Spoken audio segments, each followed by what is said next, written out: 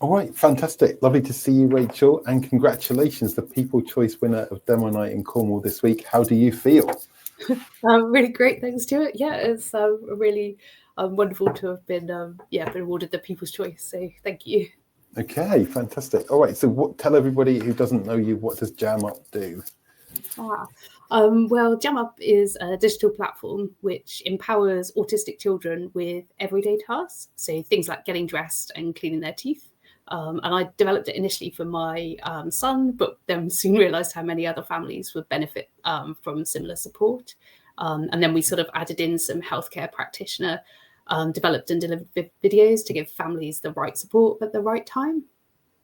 Fantastic. Now, obviously, we've met each other a couple of times before, and I first saw you give this demo in Slushed, Cornwall, and there you stood as a very authentic person, giving a very authentic story, and now here you are winning Cornwall's People's Choice event, which is amazing. But one thing I loved about you when I first met you was you were just the perfect example of how entrepreneurship should start. You basically had a problem that you found an answer for you and for your son, and then you looked around and you found other people that looked like you that had a similar problem, and you fixed it for them, and now you're starting to grow and grow and grow. For me, even on the masters when I teach it, that's the perfect example of how to begin. So amazing.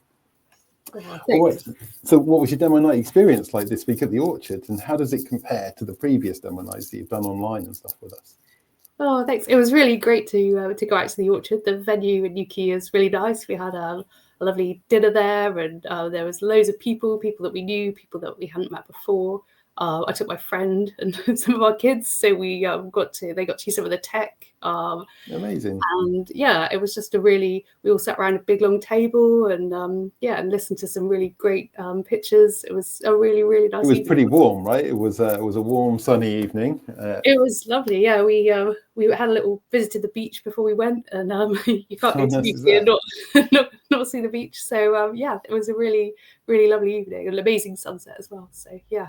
That's slightly different to London demo night, I've got to be honest. Nobody tends to go to the Thames and have a bit of a dip before they come over to the demo night. And how does in-person at the Orchard compare to online or even the Slushed events, right? Because they're all very different vibes. Yeah. It was kind of like quite an intimate, really friendly session that we did in Newquay at the Orchard. Really, really lovely. You could chat to people before and after, get lots of feedback. Obviously it's a bit harder because you have to stand on stage, and I have managed to do it without looking at my notes for probably the first time ever when we were there. Doing it online's quite easy because you can sneak a look at your notes if you can't remember what's coming next, but you don't always get quite so much engagement with the audience. And Slushed, like you said, that was the first time I'd ever done a pitch, had no idea what to expect, and it was terrifying but really buzzy, and like you said, it's been a great I've genuinely had a brilliant sort of 2 or 3 years of doing this and kind of growing and learning, and it's been a really fun thing to be doing. And how have you funded this so far? What's been your sources of revenue or funding streams? Well, yeah, we've been really lucky. We've had a lot of grants, and we've won some competitions, so that's got us through. So we sort of just get little bits of money as we've sort of gone along. So we've had some money from the Growth Hub, and we've had competition wins in Essex and Birmingham, which have given us like some sort of cash, which has been great. And then we've had an Innovate grant and and a few other little grants and things. So yeah, we've tried to be yeah. And it's been nice, like the way the money's come in is like we've been getting, as we've been kind of growing, we've been getting bigger amounts of money. So it's been, which are kind of you've got a cash flow and try and manage them. So we've managed to do that. So yeah.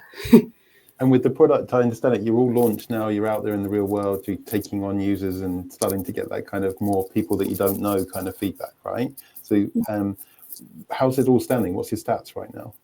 Oh, thanks. Yeah, so in February, we launched on the app stores, and we've had over 1,000 downloads, and it's sort of free to download, and then we've got a 7-day free trial, and then you sign up for a subscription, which is $2.99 a month, because we've only got 2 tasks on the platform at the moment, getting dressed and cleaning teeth.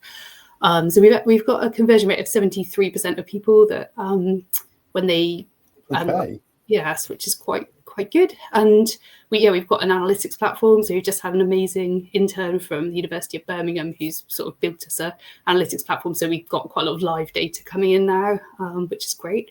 And we've just launched last week our kind of B2B, so as kind of an employee benefit scheme offering, where we can give out licenses for JamUp, and then a kind of enhanced package where employees can get access to like speak to or meet online healthcare practitioners, or kind of send advocates so that they can get kind of the right support at the right time, because it's really difficult to manage to get that at the moment. Yeah, there's huge waiting lists and stuff for diagnosis and the HCPs and stuff. That's amazing. All right, now obviously you are Southwest based, and you've travelled all over the place trying to get this working. And I'll have to ask you at some other point in the future about the connections with Birmingham, etc. But what would you reflect on the unique challenges of being a Southwest based founder, and particularly sort of Tavistock, Cornwall, all this kind of deeper Southwest, if you like? Most people think Southwest stops at Bristol. So what's the unique challenges here? Well, there's loads of advantages, but I guess the challenges are we are quite remote, like sort of the rural coastal kind of location. So I guess in terms of developing the app and things, that does create some barriers to being able to access like our end users. You have to travel a bit further to get to support groups or to kind of get feedback. And I guess as from a sort of sort of a event point of view, like there's less people, like it's a smaller communities maybe, so you don't have as many opportunities. So we end up having to go sort of into London, which can be tricky with kind of time and cost as well. Well, and family commitments as well, right? Because you're a founder with family, you're not like this 23-year-old student who's just coming out of university and got a startup on the go, right? This is a lot to juggle. Yeah, and I guess as well because I've, my son's not been in school since he's literally just got into a special school in the last sort of 2 or 3 weeks. Okay. Congratulations. So, that's really great. So, but he's been at home for since last July, and even now he's been going for like an hour a day, 2 hours a day. So it's kind of I was supposed to be going to London next week, and I was just sort of realising, this is gonna be a bit tricky because I'm going to have to be collecting him or help get someone to do it. So there's just but everyone's got those kind of challenges in life, don't they? And you just work around them, and it's fine. Okay, thank you for that. And the way we tend to finish these celebration interviews is to really ask you, what's your best advice for a first-time founder who's watching this, right? What would you say to you way back then, or what would you say to them now as a more experienced person? Oh, thanks. Well, I wish everyone told me I should build my team at the start. And I wish I'd done that sooner, because when you're doing everything on your own, it's just a bit slower than when you start to get more experts and people around you to sort of bounce ideas off, people that are doing different things.